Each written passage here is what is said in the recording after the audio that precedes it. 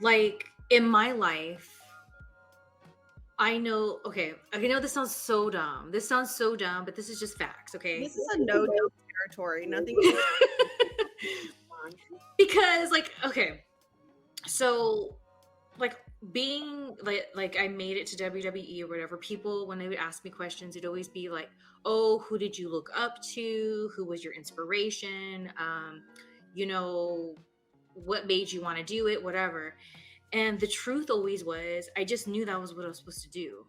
And there was a lot of times I fell out of it and I wasn't like watching it because that's when I was chasing like boys and things like that. But it was like I just knew. And so like I just went with that flow. And people used to just think I was so crazy because I'd be like, "Oh yeah, I'm supposed with confidence." I'd be like, "This is what I'm supposed to do. Like I'm going to be doing." And they'd be like, "Oh, Shelly's crazy. She thinks da da da da da." And like I used to go to Disneyland because like Crazy. I don't think well, it's back crazy. then, you know what I'm saying? Like I would go around with confidence. I'd just be like, "Oh yeah, yeah, I'm going to be there." And then people would just be like, "Okay, yeah, sure." And I remember I'd go to Disneyland all the time, and I go to Snow White's wishing well, and I'd always, I wish to be in WWF. I wish to be in WWF, and like it was this whole thing, and it became almost like this weird ritual, and it wasn't me being like this, for lack of a better term, just to be more general terms, like a narcissist, self-absorbed. Oh, it's all about me. I'm gonna make. It wasn't that at all. It was just like, and people would take it like that because I was so confident in it. But I wasn't trying to be like a cocky ass bitch about it. I just knew, oh yeah, that's what's up. Like, and so that's what happened. That's the end story. Is it did, and when it did happen, it was weird because when I was there, it wasn't like I was like, oh yeah, I finally made it. It was like, okay, now what's the next step? Because I knew this is where I'm supposed to Knew be. it. Yeah, it's law of attraction But type it of was like, but it's so crazy because in this day and age, I feel I see, especially online, there's a lot of, make your affirmations, you can do anything. And I get that, but like, that's not what I was trying to do back then. It was like I was literally just following the energy. Like it was like this is what you need to do. And that's why I got into modeling and acting because wrestling was very scarce back in the day here in the West Coast. So I was like, well, if I just go to sets and like talk about how I love wrestling, people it'll make sense. And that's what happened. Like a casting director remembered I wouldn't shut up about wrestling. And so she put me in an independent film about wrestling and I met real wrestlers and lo and behold, whatever. So it's like, but the thing is it wasn't like, oh, I'm going to manifest. No offense to people that do this. right. Zero, zero. I'm just saying me. It was like, I wasn't making a vision board. I wasn't doing all these things and blah, blah, blah. It was like, okay, this is what I'm supposed to do. So what do I need to do to get there? Because that's what I'm supposed to do. I was the same way. I was the same way. I started watching wrestling. I may have been 10 or 11, and my brothers had already been watching it for a couple years. They were a little bit younger than me. I mean, my older siblings grew up in the 80s, so they would like beat me up when I was like a toddler, beat me up, right? Like acting like they were Ric Flair or Hulk Hogan or Sting or something. So it was kind of already like something my family enjoyed. And then I wasn't allowed to go to Raw or SmackDown shows because I was a woman. I almost wasn't allowed to watch it, but I loved it. And my mom did not understand why. And that was a good 3 or 4 years of like an obsession. I wouldn't say unhealthy because it didn't ruin my life or anything, but I would come home and I would do homework to Raw, to SmackDown, to sit there doing homework and watching it. And I knew by the time I was 12 or 13, I was like, I want to do this.